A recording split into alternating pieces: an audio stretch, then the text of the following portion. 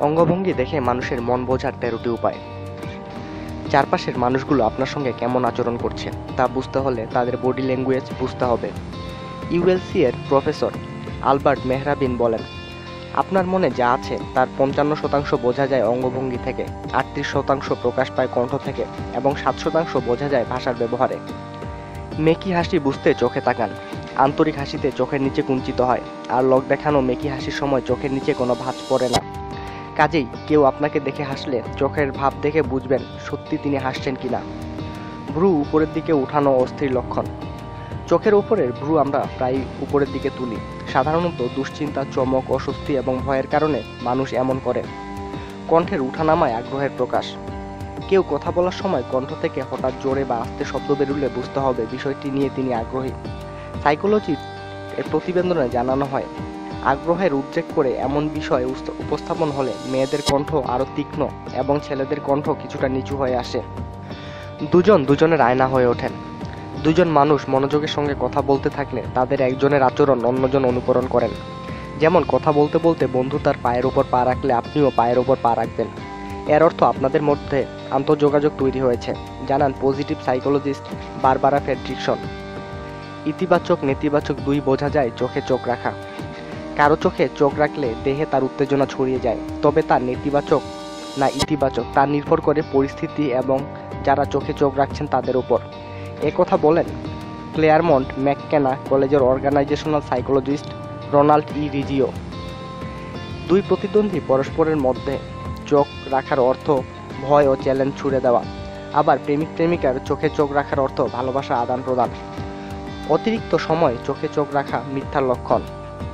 মিথ্যা বলার সময় সাধারণত মানুষ চোখে চোখ রাখে না, কিন্তু কিছু মিথ্যাবাদী রয়েছে যারা এই কাজটি করতে পারেন, তবে এক্ষেত্রে তাদের স্বাভাবিকের চেয়ে বেশি সময় ধরে চোখে তাকিয়ে থাকেন। এ সময় তাদের চোখের পলক পড়বে না। বিশেষ ভঙ্গিমায় শক্তি ও অর্জনের প্রকাশ। প্রতিযোগিতায় বড় কোনো বিজয়ের পর জয়ী কেমন ভঙ্গিতে তার গৌরব প্রকাশ করেন। এ ধরনের দেহে টেস্টোস্টেরনের মাত্রা বেড়ে যায়, তা আত্মবিশ্বাস বাড়ায় বলে জানান হার্ভার্ড বিশ্ববিদ্যালয়ের প্রফেসর এমি কার্ডি। এভাবে হাত উঁচু করে বিজয়ের আনন্দ প্রকাশ করা শক্তি ও অর্জনের প্রতীক। ক্রস করে পা রাখা প্রতিরোধ ও মতের অমিল প্রকাশ। How to read a persons like a book এর লেখক গেরার্ট আই নিয়েরেনবার্গ এবং হেনরি এইচ ক্যালেরো জানান, ক্রস লেগ হলো একমতে না পৌঁছানো এবং প্রতিরোধের লক্ষণ। এর অর্থ মানুষটি মানসিক, আবেগ এবং দৈহিকভাবে নিজেকে গুটিয়ে নিয়েছেন। বিশেষ অঙ্গভঙ্গি আন্তঃযোগাযোগের লক্ষণ। আকর্ষণ কোনো বিশেষ সংকেতের মাধ্যমে প্রকাশ পায় না, বরং ধারাবাহিক কয়েকটি অঙ্গভঙ্গি দিয়ে প্রকাশ পায়। নিউরো সাইকোলজিস্ট মার্সা লুকাস বলেন, কোনো নারী প্রথমে আপনার চোখে চোখ রাখলো এবং পরক্ষণে নিচে তাকালো, এরপর চুলে হাত বুলিয়ে আবার মাথা তুলে আপনার দিকে তাকালো। এ ধরনের অঙ্গভঙ্গির অর্থ তিনি আপনার প্রতি আকর্ষিত হয়েছেন। আপনার সঙ্গে হাসছেন মানে তিনি ইতিবাচক।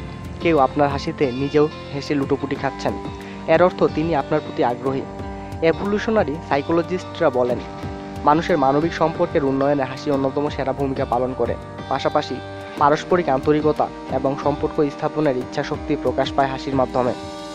দৃঢ় মুখ, শক্ত ঘাড় এবং কুঞ্চিত কপাল বিষণ্ণতার লক্ষণ। মস্তিষ্কে ঘটে যাওয়া ঘটনার বহিঃপ্রকাশ ঘটে চেহারায়। আবেগ, হুমকির প্রতিক্রিয়া এবং বাঁচার জন্য লড়াইয়ের মানসিকতা তৈরি আমাদের লিম্বিক সিস্টেমের গুরুত্বপূর্ণ কাজ। কেউ মানসিক চাপে থাকলে তার মুখ দৃঢ় হয়ে থাকে, তার কপাল থাকে কুঞ্চিত। এই সবই বিষণ্ণতায় ভোগা বা মানসিক চাপে থাকার লক্ষণ। কর্তৃত্বসুলভ আচরণের নেতৃত্বের প্রকাশ।